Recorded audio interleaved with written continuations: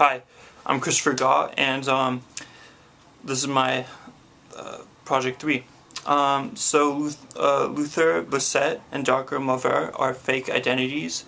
Luther Blissett specifically, multiple people use that fake identity. And what Ivo and Franco did with Luther Blissett and Darko Malver was they took other people's art and made it their own.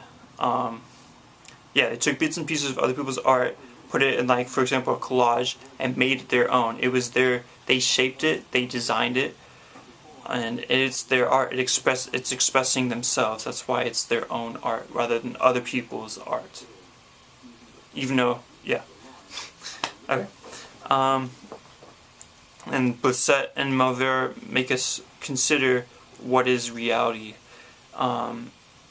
Because, for example, for Darko Malver, people thought that Darko Malver was an actual artist, but in reality he wasn't. And it really doesn't matter what the reality is, because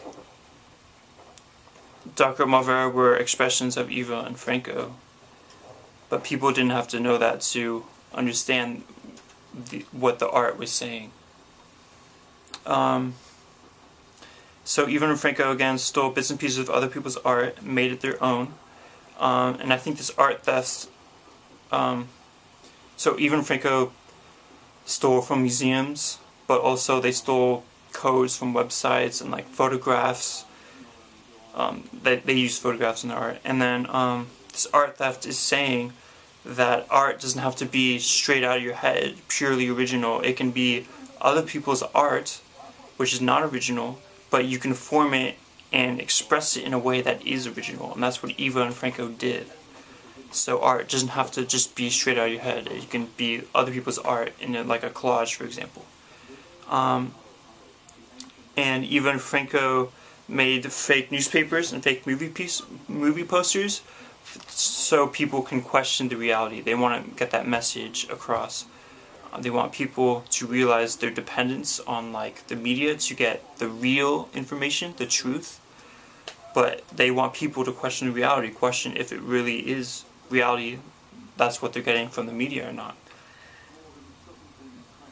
And Net.art was basically Ivo and Franco, just with other people.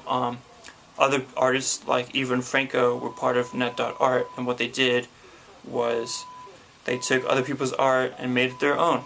They spread the message across of question reality. For example, they took codes, made their own websites. They made a virus. They made people realize their reliance on technology, on computers. They wanted people to realize this. So Ivo and Franco's 2001 piece, Life Sharing, is a lot like what people do currently in 2011 on the internet, because life sharing was literally Ivo and Franco just took all their privacy, put it on the web, all their emails, bank statements, whatever's on the computer, you name it, they put it on the web. They even posted their location of where they are in real life on the web, on life sharing.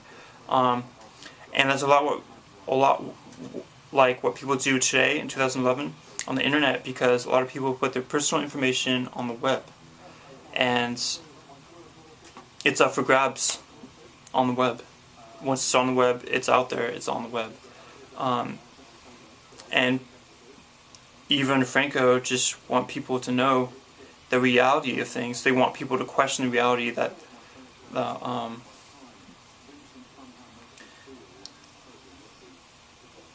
that their information is not necessarily their information, it's everybody's information.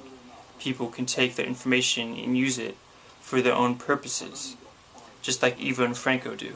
They make their own art with other people's art. So Second Life avatars are basically like Luther Blissett and Darko Malver, those fake identities, because Second Life avatars are literally fake identities. They're identities in a virtual world. They're expressions of real people. And that's what Ivo and Franco's art is. They're expressions of themselves. So it doesn't have to be... The fake identities are expressions of Ivo and Franco, Second Life avatars are expressions of the real life people behind those avatars. They're expressions. You don't have to know the real people. You just have to know what they're expressing, what the message is. So you question reality, question what the message is. And the importance of reality. Like, reality isn't too important as long as you get the message, the expression of the art, because that's what art is, expression. And so the Nike Ground Project, they pissed off Nike because Nike wanted Nike's logo, their logo, they wanted it to be their own. And that's what our culture wants. People want their own, what they make. People want what they make their own. And Eve Franco just flipped that. They take other people's work and make it their own, rather than,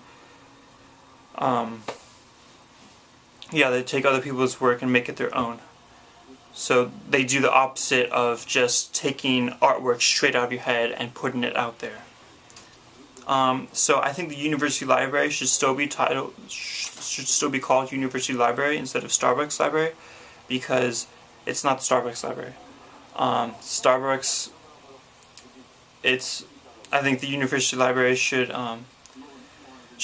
could use Starbucks logo and so forth, but it shouldn't be called Starbucks, because the University Library is an expression of the people here at this university, not of just Starbucks. It's Starbucks and the people. So it's all of these art works, all these people, because we're art, and combined in one, just like Eve Franco's work. So that's why I think it should be called University Library, because it's expressing ourselves. Starbucks Library does not express that good compared to University Library. University Library expresses Starbucks and University, whereas Starbucks just expresses Starbucks. So yeah, that's my video. Thanks.